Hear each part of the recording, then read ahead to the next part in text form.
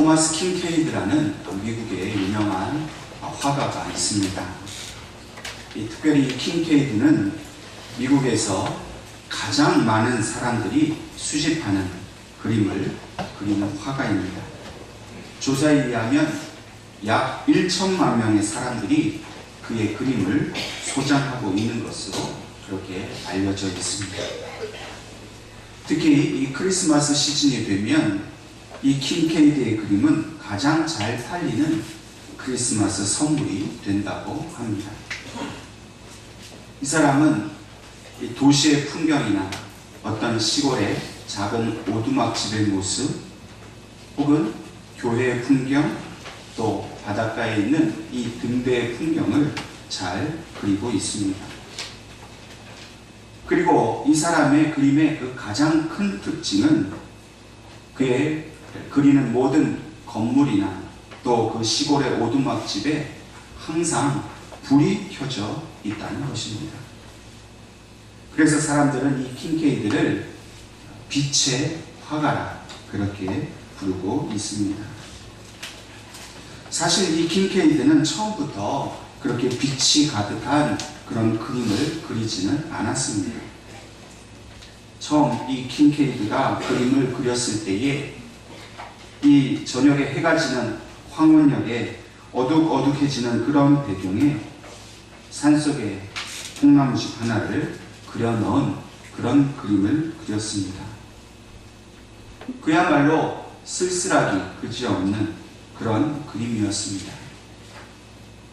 그때 킹케이드의 친구가 이 그림을 보고서 이 그림은 너무 황량하고 외롭다라고 그렇게 평가를 했습니다. 그러자 이 말을 들은 킹케이드가 노란 물감을 들고는 그 통나무집의 그 창가에 불이 환하게 들어오도록 덧칠을 하기 시작했습니다.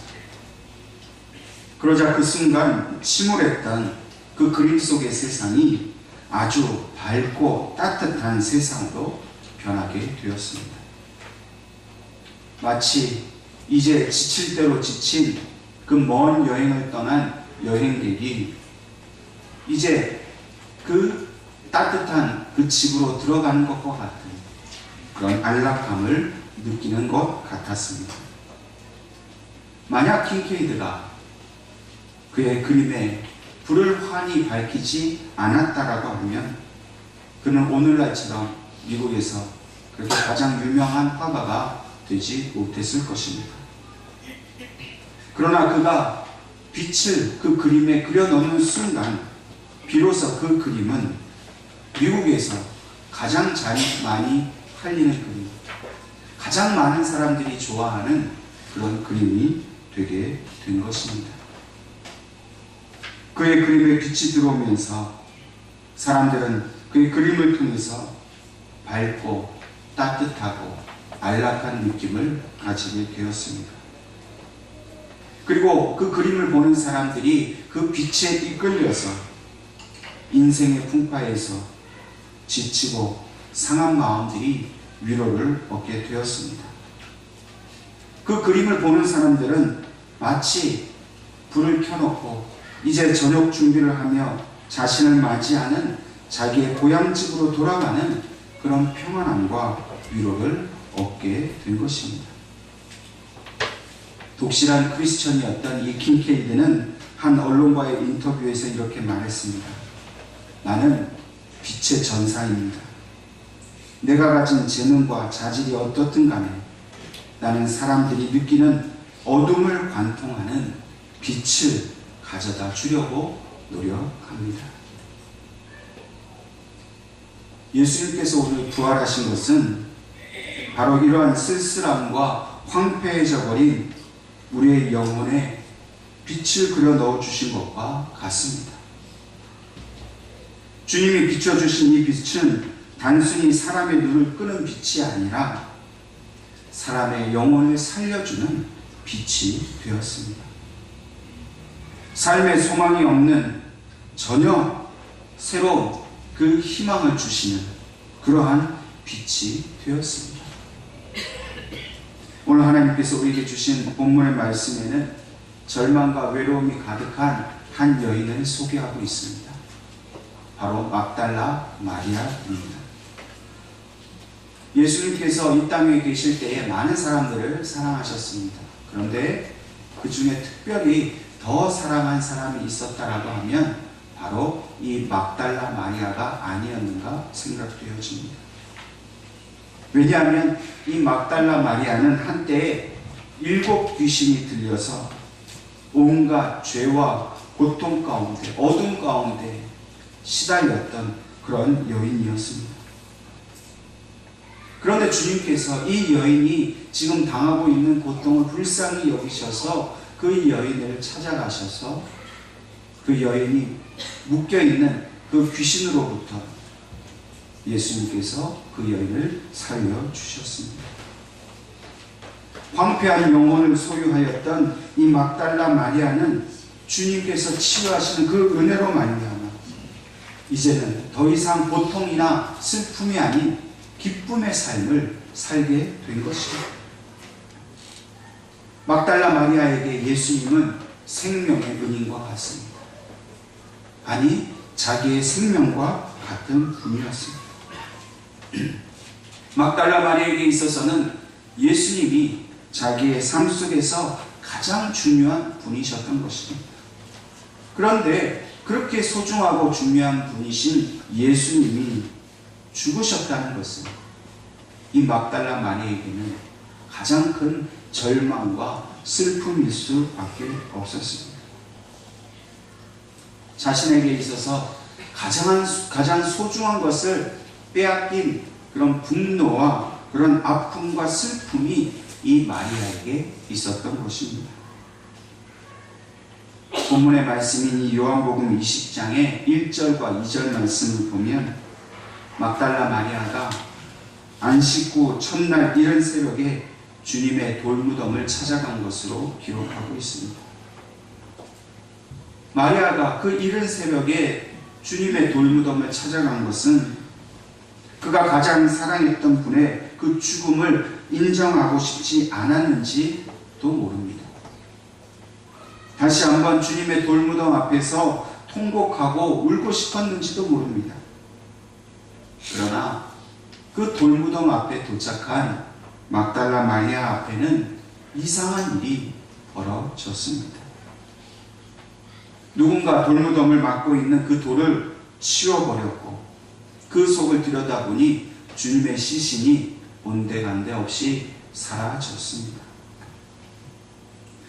또한 예수님의 시신이 어디 갔는지 그 행방을 그래도 찾아줄 수 있는 이 베드로와 또 다른 한 제자는 주님의 믿음이 그 무덤이 비어있는 것을 보고는 아무런 행동도 하지 않은 채 그만 자신들의 집으로 돌아가 버리고 말았습니다. 이제 그 돌무덤 앞에 남아있는 사람은 막달라 마리아 혼자뿐이었습니다. 본문 11절 말씀에 마리아는 무덤 밖에서 서서 울고 있더니 라고 말씀합니다. 지금 그 빈 무덤 앞에 울고 서 있는 이 여인의 심정이 어떠하겠습니까? 주님께서 죽으신 것도 슬프고 고통스러운 일인데 이제 그 시신마저 사라져 버렸습니다. 모든 것을 잃어버린 그 상실감이 마리아에게는 더 깊은 실험과 또 울며 통곡할 수밖에 없는 그런 일이 되어버리고 말았습니다. 자신의 존재의 의미가, 자신이 살아가고 있는 그 삶의 모든 의미가 예수님께 있는데 이제 그 주님이 죽으신 것뿐만 아니라 시신마저 사라져 버렸으니 마리아에게 있어서는 자신의 모든 것이 사라져 버린 것과 같은 그런 애통한 일이 되어버리고 만 것입니다. 오늘 우리에게도 마찬가지가 아니겠습니까? 우리에게도 상실감은 매우 큰 상처가 됩니다. 가장 사랑했던 사람을 잃어버린 슬픔을 어떻게 표현할 수 있겠습니까? 온몸을 다해서 기대하고 소망했던 그 일이 허무하게 끝나버렸을 때 그 공허함을 어떻게 채울 수 있겠습니까? 우리는 예수님을 알기 이전에 끊임없이 그 마음의 공허함을 채우려고 노력했던 사람들입니다. 물질에, 돈에 마음을 두어보기도 했습니다. 자식의 미래에 목숨을 걸고 인생을 걸어보기도 하였습니다. 나에게 진정 의미 있는 삶이 진정으로 그것이 무엇인지도 모른 채 그저 우리의 그 빈 마음, 공허한 마음을 달래기 위해서 우리는 이리저리로 방황하는 삶을 살았습니다. 지금도 저 세상에는 수많은 사람들이 자신의 인생의 참된 의미를 알지 못한 채 물질을 쫓고 부귀 영화를 쫓아다니면서 결국은 채울 수 없는 그 헛된 것만을 쫓아 살아가고 있지 않습니까? 마리아에게 있어서 예수님이 없는 삶은 그렇게 무의미할 수밖에 없었던 것입니다. 이러한 절망 가운데 마리아는 넋을 놓고 애통하며 울고 서 있었습니다. 그런데 그때 이 마리아가 그 무덤 안을 보니 예수님이 누우셨던 그 머리맡과 그 발 쪽에 두 천사가 서 있게 된 것입니다. 천사가 출현했습니다. 놀라지 않고 그 천사의 출현에도 불구하고 마리아는 그들이 누구인지에 대해 전혀 관심을 가지지 않았습니다. 오히려 13절 말씀에 사람들이 내 주님을 옮겨다가 어디 두었는지 내가 알지 못한 이니이다 라고 그 천사들에게 하소연을 하고 있습니다. 마리아의 관심은 오직 주님의 시신이 어디로 갔는가 하는 것입니다. 자신의 전부였던 예수님에 관한 것만이 마리아의 모든 관심사였습니다. 이때 14절 말씀을 보면 마리아가 그 뒤편에 서 계신 예수님을 보았다라고 말씀합니다. 그러나 마리아가 예수님을 알아보지 못했습니다. 마리아는 그 예수님의 부활하신 모습이 이제 자신의 삶 속에 들어왔다는 것을 깨닫지 못했습니다. 좌절과 절망으로 가득 찬 마리아의 눈은 그토록 사모하는 그 주님을 정작 알아보지 못했던 것입니다. 왜 그렇습니까? 여전히 마리아는 주님의 그 죽으심에 대한 슬픔에 잠겨 있었기 때문입니다. 아직도 주님의 시신이 사라져버린 그 슬픈 현실 속에서 벗어나지 못했기 때문입니다. 오직 주님을 잃어버린 슬픈 현실 속에서만 마리아는 주님을 바라보았기 때문에 정작 그분이 예수님이신 것을 알지 못했던 것입니다. 잠언 29장 18절 말씀에 묵시가 없으면 백성이 방자히 행한다라고 말씀하고 있습니다. 여기서 말하는 묵시는 비전을 말합니다. 이 비전은 영적 통찰력을 말하는 것입니다. 마리아는 지금 예수님을 눈앞에 보고서도 자신의 영적 통찰력을 잃어버렸기 때문에, 비전을 잃어버렸기 때문에 예수님을 알아보지 못하는 것입니다. 오늘날 많은 사람들이 이 비전을 가지지 못했기 때문에 저 십자가의 슬픔 너머에 있는 주님의 부활의 영광을 바라보지 못하는 것입니다.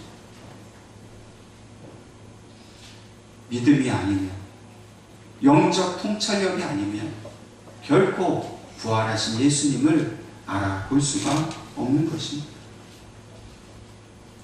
계속해서 15절 말씀을 보면 마리아는 예수님을 동산지기로 착각하고 있었습니다.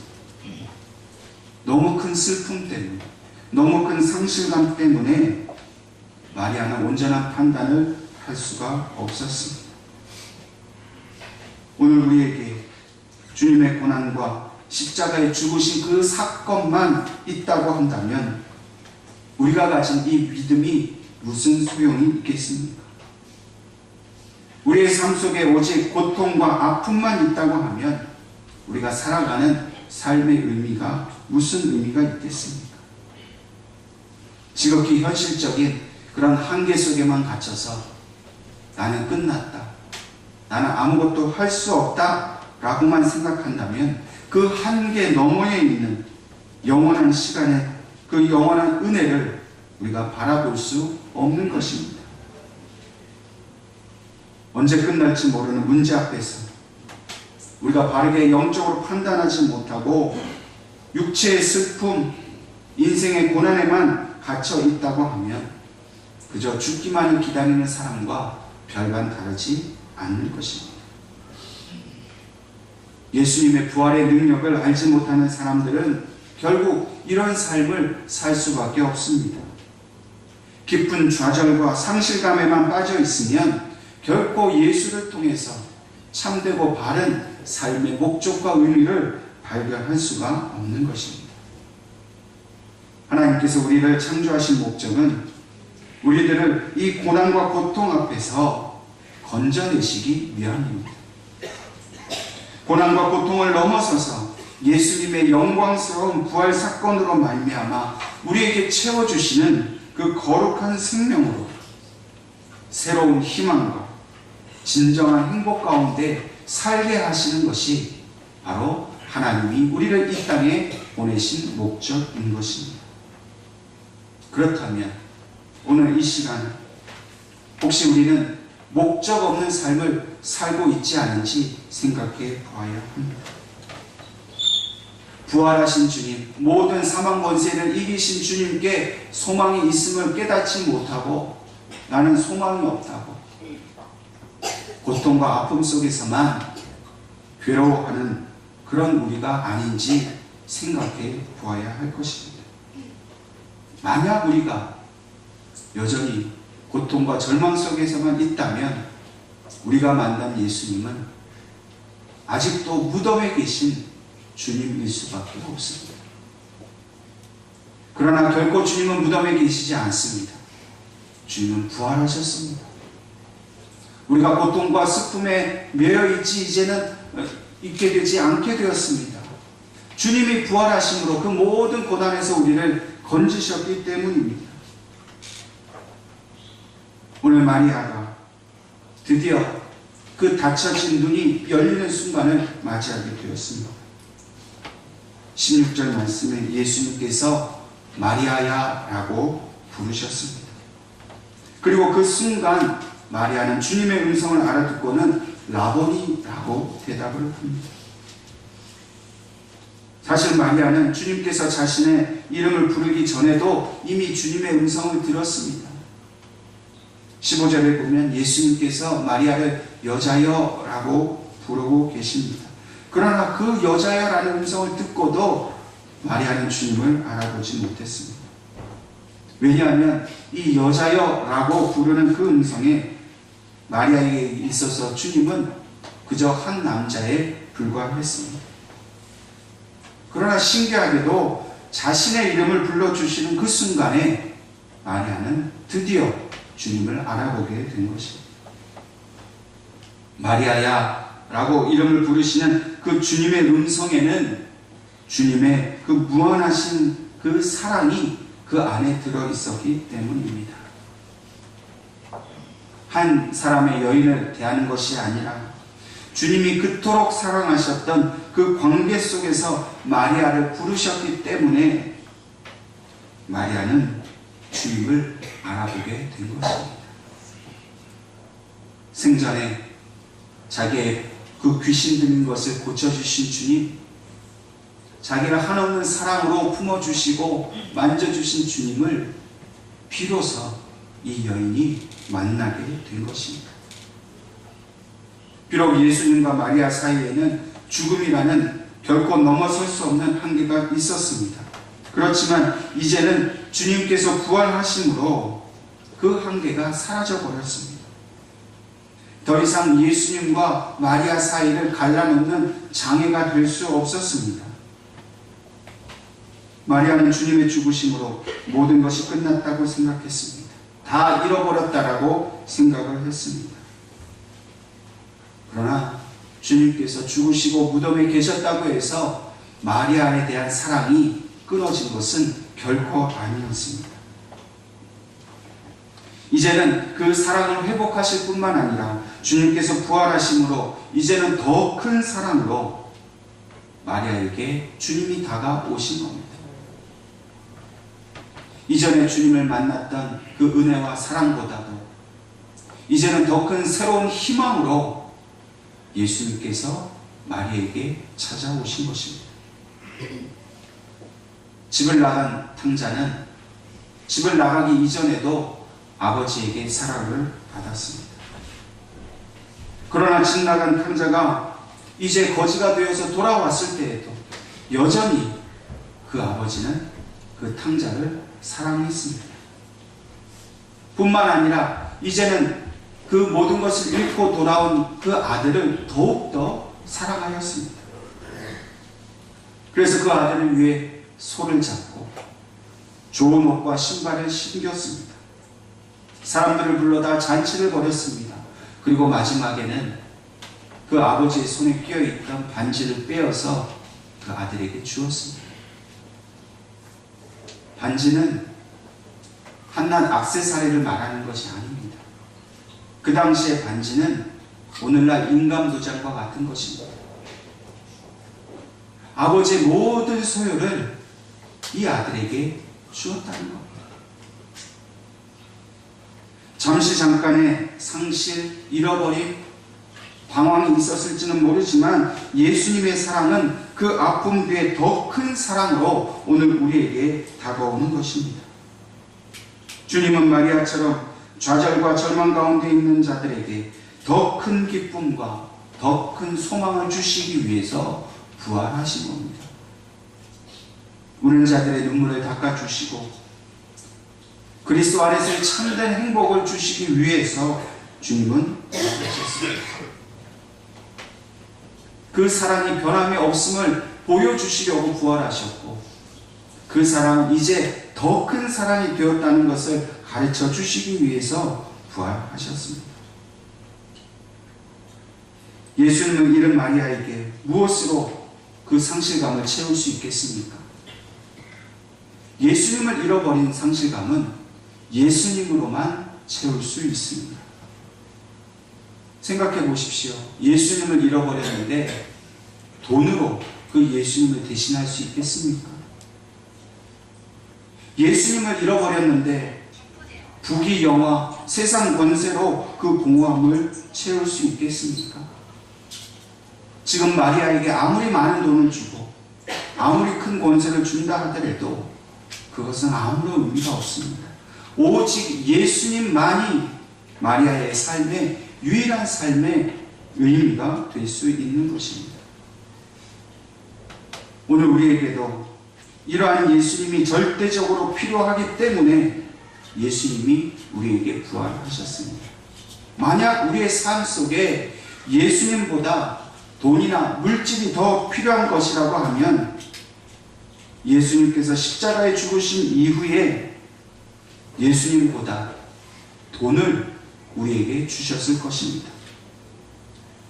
우리의 삶 속에 자녀들의 출세가 예수님보다 더 필요하고 중요한 것이었다면 예수님은 우리를 떠나시고 난 후에 자녀들이 출세할 수 있도록 하셨을 것입니다. 그러나 진정으로 우리에게 필요한 것은 돈도 아니요 출세도 아니요 세상에 속한 그 어떤 것도 아니시기 때문에 오직 예수님 자신만이 우리에게 온전히 필요한 분이시기 때문에 예수님은 더 큰 사랑을 가지시고 영광의 형체로 변화되셔서 우리에게 부활해 주신 것입니다. 세상에서 가장 큰 행복은 무엇입니까? 그것은 바로 영원한 생명의 주인 되시는 주님이 죽으셨다가 다시 살아나셔서 부활의 몸으로 우리에게 나타나신 것입니다. 오늘 부활절을 맞는 우리는 부활하신 예수님만이 우리의 삶의 유일한 소망이 되고 우리를 향한 새로운 희망이 되셨음을 믿고 그렇게 고백해야 할 것입니다. 돈도, 명예도, 권세도, 육신의 평안함과 안락함과 그 쾌락도 결코 영원할 수 없습니다. 결코 이러한 것들은 우리의 비어있는 것을 채울 수 없습니다. 오직 부활하신 주님만이 우리의 참된 위로가 되고 소망이 되는 것입니다. 저와 여러분이 예수를 믿기 때문에 당하는 고난과 고통과 아픔이 있다 할지라도 그 아픔과 고통을 치유하시고 회복하실 분은 예수님밖에 없음을 믿으시기를 바랍니다.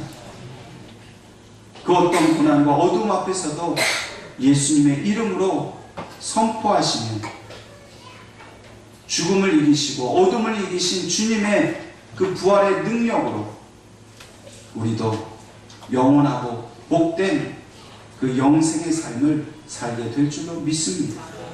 이 믿음을 가지고 나아가 부활의 증인의 삶을 살게 되시는 저와 여러분이 될 수 있기를 주님의 이름으로 축원합니다.